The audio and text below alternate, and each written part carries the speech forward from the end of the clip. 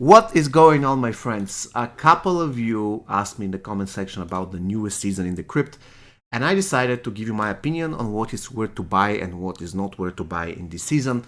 And then I'm going to give you my general advice on how you should approach the Krypt. Not exactly in this particular season, but generally speaking, what you should prioritize in the Krypt and what you shouldn't prioritize in the Krypt, because as you know, grinding the Krypt is time consuming. And you only need to grind it when you have time and if you know that the price is good enough.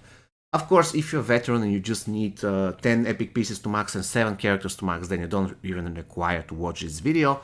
But if you stay with me by the end of the video, I'll definitely appreciate it. With that said, the current season of the Krypt isn't really amazing, but it isn't so bad at the same time. Out of the 3 gold characters, there isn't one that's worth the price. And out of the diamond characters, I would say the only character that is worth is Injustice 2 Raiden. However, you have to be careful about Injustice 2 Raiden. He is super useful card. The problem with Injustice 2 Raiden, actually he has 2 problems. The first problem is that he's an Elder God, so he isn't really very easy to support. That's a big problem in certain situations. And the second issue with Injustice Raiden is the fact that he isn't particularly great at Fusion Zero. I've seen people using him amazingly at Fusion Zero, but you need to have really good set of skills in order to do that.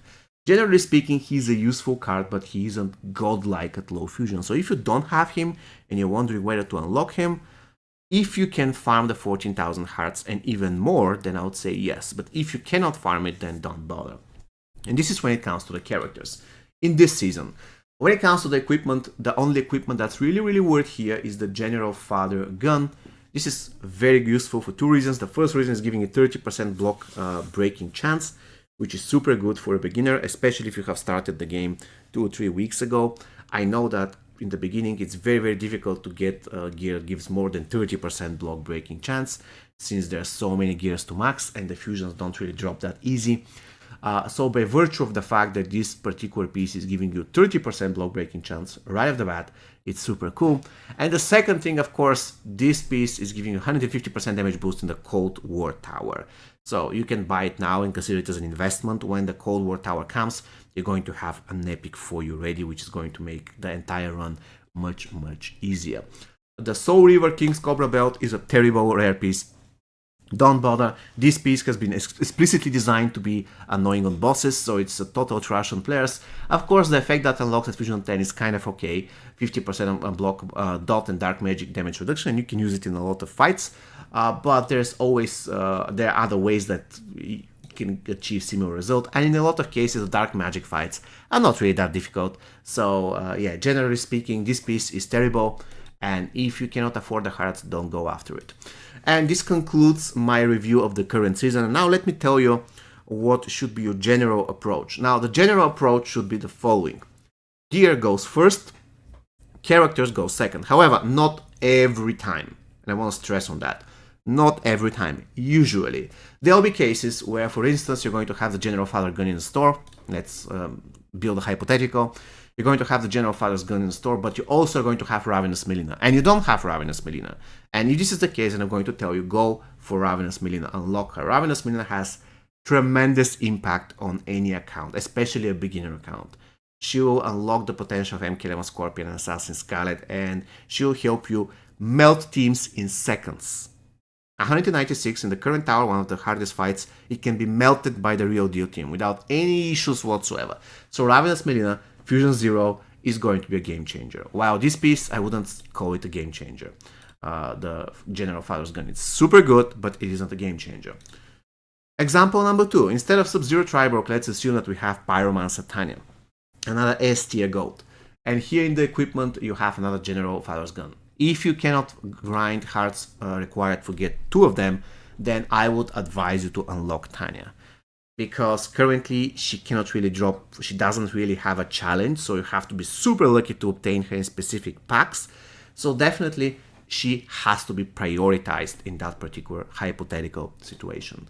So again, generally speaking, characters that are amazing at dots, such as MK11 Scorpion, Ravenous Melina, and Assassin Scarlet, are the way to go. Or for instance, Pyromancer Tanya. Now, if the situation is you have MK11 Scorpion, let's say Ravenous Melina Fusion 0, and she's in the store, so you can unlock another copy and get her to Fusion 1, or you can only buy the General's Father gun, then I'm going to say don't bother for the fusion of Ravenous Melina. I mean, it's always useful to have her at high fusion, but she's pretty good at Fusion 0. However, having the General Father's gun is more important because of this particular boost for the Cold War Tower. Again, this is, even if you don't use the other two things that the piece provides, the damage boost against enemies affected by stun and the basic attack unblockable chance, this is going to be a huge investment for your further grind in the Cold War Tower whenever the tower drops. So definitely go for the General Father's gun if you already have Melina, and granted that in this particular hypothetical Melina is in the store. And there are other characters that are also more worth than more or less every item. Characters such as, for instance, Strike Force Scorpion. If you don't have him and you are up to unlock him, definitely he is better than the General's Father's gun or any epic Fusion 0. Reason being, Strike Force Scorpion has one of the best passives in the game that has tremendous utility in any fight, and in a lot of cases he'll be the only reason why you defeat many stages in towers, because he is super good. Not only, again, he has amazing utility, but also because he can also fight well and do stun loops. So Strike Force Scorpion, super useful character. So if you've seen him in the store, definitely try to prioritize him first. And the last thing I want to mention is about the rare pieces. Rare pieces, some of them are super good. In fact, some of them are better than blue pieces. Unlike the Soul Reaver's King Cobra Belt, which is one of the worst blue pieces in the game, again, I wouldn't really go for this piece. On my beginner account, I will do some Krypt, to unlock the General's Father's gun. But what I was trying to say is that there are specific blue pieces that can be a game changer. For instance, Dynasty Parade Uniform, super good to unlock for two reasons. First reason is enables Kitana's head to do brutality, like the other armor, the belt, which I said is horrible. However, unlike the belt, Kitana armor actually does something super useful. 20% chance to apply shield break on a combo ender. This is very, let's say, underappreciated, but it is super useful against boss fights, so definitely go ahead and use that piece against bosses. And 35% chance to gain regeneration for 10 seconds after performing special attack 2. Two attributes, both of them super useful. Let's take a look at another piece, and this is the Varmin's Lucky Hat. As you can see, I already have it. 10% chance to steal 2% of opponent max power on basic attacks. You probably say that's not going to be a big deal, however it is, because if you have the weak point attacks and it works, then you'll be able to snare people on basic attacks, which is super good. And on top of that, on tag out, 10 seconds of team shield. That's crazy.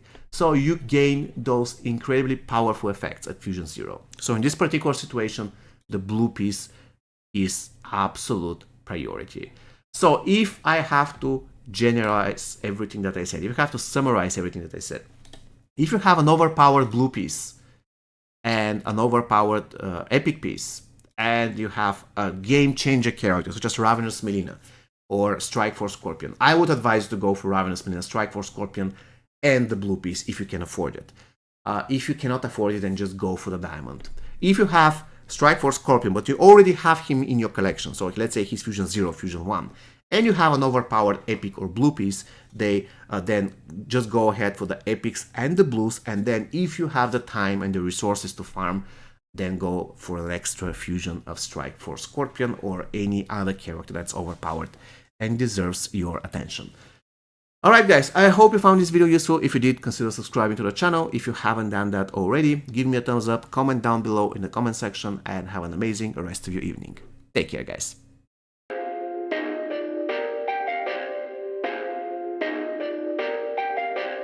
Perfect.